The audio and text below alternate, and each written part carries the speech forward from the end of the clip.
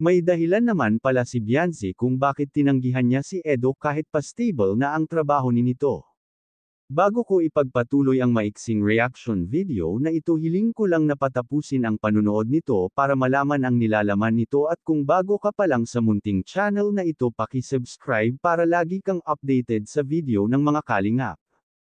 At pakisuportahan natin ang ama ng kalingap na Val Santos Matubang, Ate Edna Vlog at si Kalingap Rob.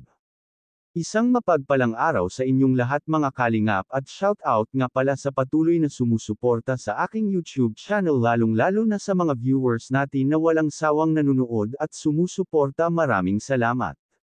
Dahil sa blessing na natanggap ni Edo at Beyonce galing sa kanyang mga sponsor, Kalingap Rob diretsahang tinanong si Beyonce. Dahil daw sa dami ng blessing na natanggap nilang dalawa ay para na silang ikakasal dahil kumpleto na ang kanilang mga gamit.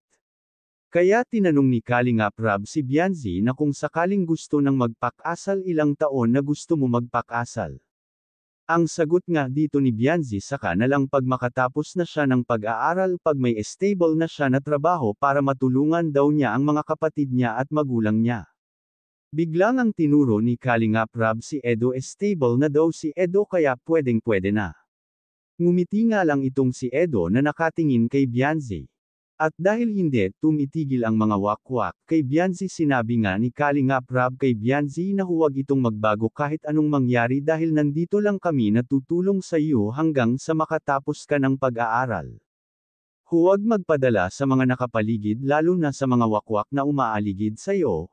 Mabuti na lang din at napagsasabihan si Beyonce ng kanyang ama na huwag maniwala dyan sa mga wakwak. Pero kahit hindi magsalita ang ama ni Beyonce, hindi naman talaga papansinin ni Beyonce ang mga iyan, at nakikita ko sa mukha ni Beyonce na loyal ito sa mga kalingap. Hanggang dito na lang ang update ko mga kalingap, maraming salamat at God bless sa inyong lahat.